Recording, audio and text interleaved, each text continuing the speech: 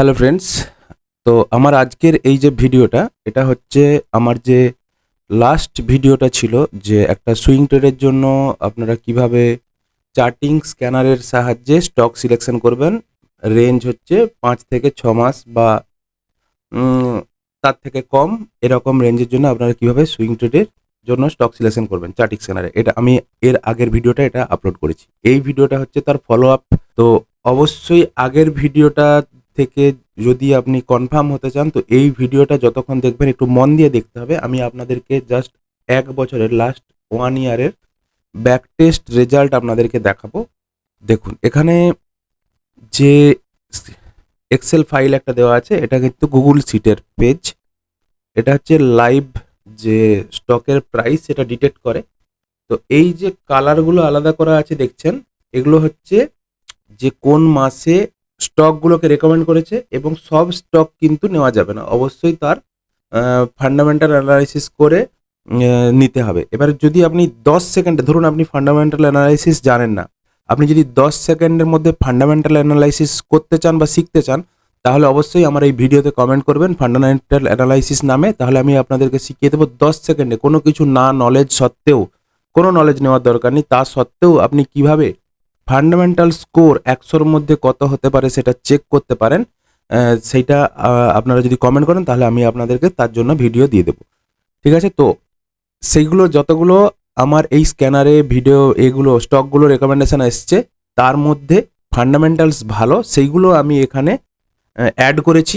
Add করার পর এটা তার লাস্ট 1 ইয়ারের আউটপুটের আপনারা প্রথমে দেখে নিন। এইগুলো হচ্ছে স্টকের নাম, এটা মার্কেট ক্যাপ তার কেমন, লার্জ ক্যাপ, মিড ক্যাপ এরকম কিনা, কোন ডেটে রেকমেন্ড হয়েছিল, তারপরে হচ্ছে যে ডেটে রেকমেন্ড হয়েছিল সেই ডেটের প্রাইস কত ছিল, তার 2 সপ্তাহ পরের প্রাইস, তার 4 সপ্তাহ পরের প্রাইস, তার 6 সপ্তাহ পরের প্রাইস, 8 সপ্তাহ পরের প্রাইস। 8 সপ্তাহ মানে 2 মাসের এখানে এ করা আছে, ব্যাক টেস্ট করা আছে। তো আপনারা এটা দেখবেন। আমি এটাকে পজ করে দরকার হয় দেখে নেবেন। আমি ফার্স্ট বলছি, ভিডিওটা বড় লেংথি হয়ে যাবে না হলে। তো এই যে আমি যে রেটে রেকমেন্ড পেয়েছি, সেই রেট থেকে তার 2 সপ্তাহ পরের রেটে কি রেট চলছে, আমি মানে কি 2 সপ্তাহ পরে, এই যে 2 সপ্তাহ পরের রেট মানে এটা কত পার্সেন্ট ডাউন হয়েছে। যেগুলো অরেঞ্জ, এখানে কন্ডিশনাল ফরম্যাটিং লাগানো হচ্ছে, যে অরেঞ্জগুলো দেখতে পাচ্ছেন ওগুলো হচ্ছে ডাউন হয়েছে। মানে ধরুন ডিসেম্বর মাসে যে এগুলো রেকমেন্ড হয়েছিল, সেগুলো 2 সপ্তাহ পরের রেট এটা, 4 সপ্তাহ পরের রেট, মানে রেট তো এটা, এটা হচ্ছে কত পার্সেন্ট আপ হয়েছে বা ডাউন হয়েছে। এই এই এই কলামটাতে পাবেন 6 সপ্তাহ পরে কত পার্সেন্ট আপে পেয়েছেন না ডাউনে পেয়েছেন। ঠিক একই রকম 8 সপ্তাহ পরে কত পার্সেন্ট আপে পেয়েছেন না ডাউনে পেয়েছেন। আপনাদেরকে দেখাচ্ছি এখানে, এই দেখুন, এই যে যেগুলো 12র মাস মানে ডিসেম্বর মাসে রেকমেন্ড হয়েছে, সেগুলো কিন্তু এখন আজকে ফেব্রুয়ারি মাস চলছে, এগুলো কি সবই লাল অবস্থাতে আছে, মানে সমস্ত কিছুই রেড। তো কিন্তু তা আমি বলেছি তার আগের 1 বছরের আপনাদেরকে ব্যাক টেস্ট দেখাচ্ছি। তো তার আগের 11র মাসে দুটোতেই ছিল অনন্তরাজ এবং সুইগি, সেটাও দেখুন এখানে মোটামুটি এখনো পর্যন্ত রেড অবস্থাতেই আছে। এবারে আমি যাচ্ছি তার পরের মাসের জন্য। এখানে আছে দেখুন বিএলএস, এই যে বিএলএস, আচ্ছা সুইগি বিএলএস, এই বাজেটের পরে সুইগি এবং বিএলএসকে একটু আপনারা ফলো করবেন। আচ্ছা কেয়ান্স, এই যে উপরের কেয়ান্স আসছে, কেয়ান্স, প্রিমিয়ার এনার্জিকে লাস্ট 2 সপ্তাহ আপনারা ফলো করবেন। আচ্ছা কেয়ান্সকে ফলো করবেন এই বাজেটের পরে, আর প্রিমিয়ার এনার্জিকে বাজেটের আগে থেকেই আপনারা ফলো করবেন, একটু প্রাইস অ্যাকশনগুলো দেখবেন চার্টে। বিএলএস এর বাজেটের ঠিক পরের যতগুলো দিন আছে আপনারা একটু ফলো করবেন বিএলএস এর কি অবস্থা। তো এইবারে দেখুন এখান থেকে বিএলএস রেকমেন্ড হয়েছিল 10-এর মাসে, মানে অক্টোবর মাসে। তো অক্টোবর মাসে দেখুন আপনি এই 16তে দেখুন, এই এখানে বিএলএস, এইখান থেকে দেখুন বিএলএস এর থেকে এই 10-এর মাসের আগেরগুলোর শুধু রিটার্নটা আপনারা দেখুন। যে তারপরে দেখুন এই অনন্তরাজ, মানে 8-এর মাসে যেগুলো রেকমেন্ড হয়েছিল, 8-এর মাসে 3টা জিনিস রেকমেন্ড হয়েছিল, অনন্তরাজ, মুথুট ফিনান্স, আর হচ্ছে কল্যাণ জুয়েলার্স। তাহলে দেখুন রিটার্নটা দেখে নেন এখানে, যে 2 মাসের মাথায় আপনারা রিটার্ন পেয়েছিলেন, যদি এই স্কিনারের রেকমেন্ডেশন অনুযায়ী কিনতেন, তাহলে 2 মাসের মাথায় আপনারা রিটার্ন পাচ্ছেন 38%, 37%, 28%। এটা হয়ে গেল। আচ্ছা, এখানে দেখুন কল্যাণ জুয়েলার্স, এখানে কল্যাণ জুয়েলার্স তার আগেও একবার রেকমেন্ড এসেছিল, কিন্তু সে 2 মাসে রিটার্ন দিতে পারেনি। আচ্ছা, এটা 8 মাসে গেল। এবারে দেখুন এই 7 মাসে, 8 মাসের সমস্ত রিটার্নগুলো দেখুন। 8 মাসের সমস্ত রিটার্নগুলো দেখবেন, এই জন্য মুথুট ফাইন্যান্স এটা 28% রিটার্ন দিয়েছে 2 মাসে। অনন্তরাজ দিয়েছে 34%। সার্ডিন আছে দেখুন, এখানে হচ্ছে 40%, 2 মাসে 40% রিটার্ন দিয়েছে। ইরাডা নেগেটিভে চলছে দীর্ঘদিন ধরে। প্রিমিয়ার এনার্জি 6 মাসে রেকমেন্ড হয়েছিল, 2 মাসে রিটার্ন দিয়েছে 1%, কিন্তু এটা এই 1 মাসের মাথাতেই ইরাডা রিটার্ন দিয়েছিল, ইরাডা নয়, প্রিমিয়ার এনার্জি রিটার্ন দিয়েছিল 11%। বিএলএস দেখুন 5% রিটার্ন দিয়েছিল, 1 মাসের মাথায় 9% রিটার্ন দিয়েছিল, 2 মাসের মাথায় 5% রিটার্ন দিয়েছিল। কেয়ান্স 6 মাসে রিকমেন্ড হয়েছিল, 6 মাসে রিকমেন্ড হয়েছিল, 1 মাসের মাথায় 12% এবং 2 মাসের মাথায় 11% রিটার্ন দিয়েছিল। আচ্ছা, ব্লু স্টার কোম্পানি 2 মাসের মাথায় 13% রিটার্ন দিয়েছিল। সিজিসিএল রিকমেন্ড হয়েছে আবার, তো এটা হচ্ছে 20%, 2 মাসের মাথায় 20% রিটার্ন দিয়েছিল সিজিসিএল। মুথুট ফাইন্যান্স 2 মাসের মাথায় 30% রিটার্ন দিয়েছে। অনন্তরাজ 2 মাসের মাথায় 27% রিটার্ন দিয়েছে। আইটিআই 2 মাসের মাথায় 35% রিটার্ন দিয়েছে। ডিএলএফ 5 মাসে রেকমেন্ড হয়েছিল, 2 মাসের মাথায় 32%, 39 পর্যন্ত রিটার্ন দিয়েছিল, মানে 1 মাসের মাথাতেই 39% রিটার্ন দিয়েছিল, তারপর এটা কমে গেছে। বিএলএস দেখুন 6%, মানে 1 মাসের মাথায় 7 দিনের মাথাতেই 17% দিয়েছিল, কিন্তু তারপরে এটা পার্সেন্টেজটা কমে গেছে। আচ্ছা, বিএলএস এর পরে অম্বর হচ্ছে 2 মাসের মাথায় 20%। নেটওয়েভ এর আগেও একবার রিটার্ন দিয়েছিল, মানে যতবার দিয়েছিল পরেও আগেও যেটা দিয়েছিল তাতেও 30%।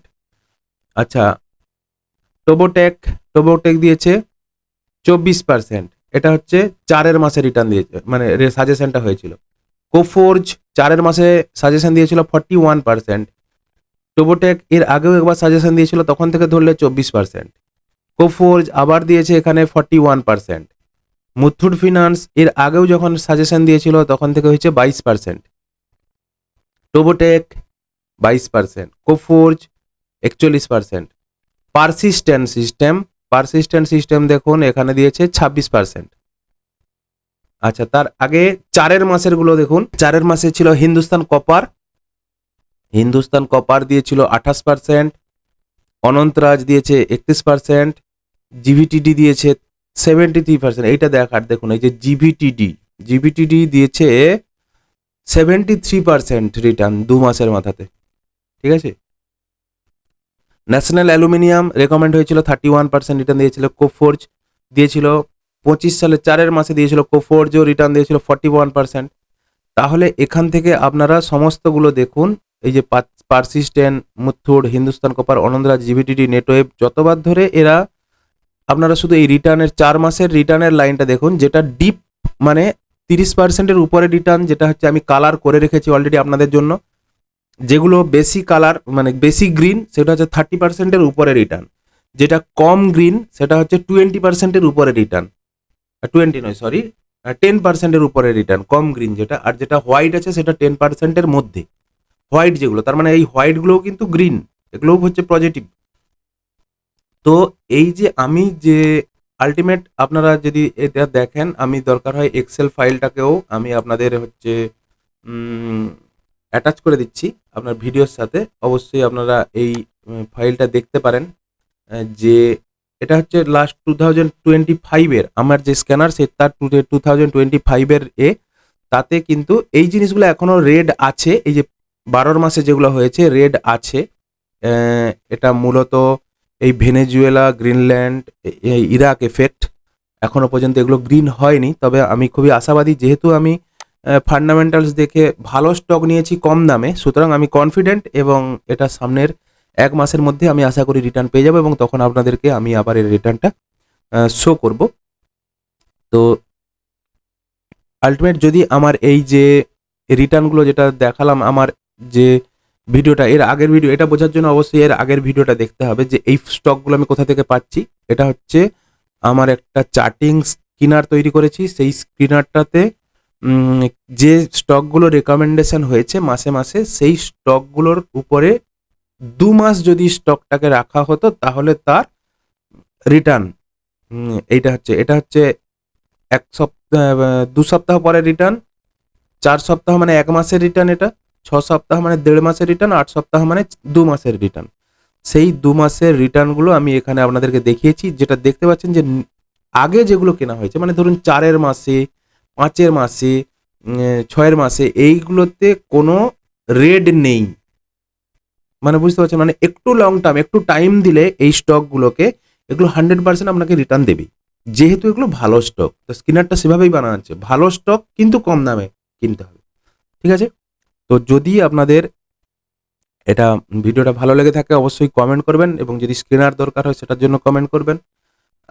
এবং যদি ফান্ডামেন্টাল অ্যানালিসিস, যে অনেকগুলো সাজেশন দিল, 10টা সাজেশন দিল, তার মধ্যে 5টার ফান্ডামেন্টালস ভালো, 5টার খারাপ। সেই ফান্ডামেন্টাল অ্যানালাইসিস আপনি যদি ফান্ডামেন্টাল অ্যানালাইসিস নাও জানেন, সেটা যদি 10 সেকেন্ডে কিভাবে ফান্ডামেন্টাল অ্যানালাইসিস করতে হয় যদি আপনারা কমেন্ট করেন, তাহলে সেটাও আমি আমার ভিডিওতে দিয়ে দেবো, আপনারা দেখে নেবেন। ধন্যবাদ। যদি ভালো লেগে থাকে ভিডিওটা অবশ্যই শেয়ার করবেন আপনার বন্ধুদের সাথে, এবং আমার চ্যানেলটাকে সাবস্ক্রাইব করবেন, এবং ভিডিওটা ভালো লাগলে অবশ্যই লাইক করবেন।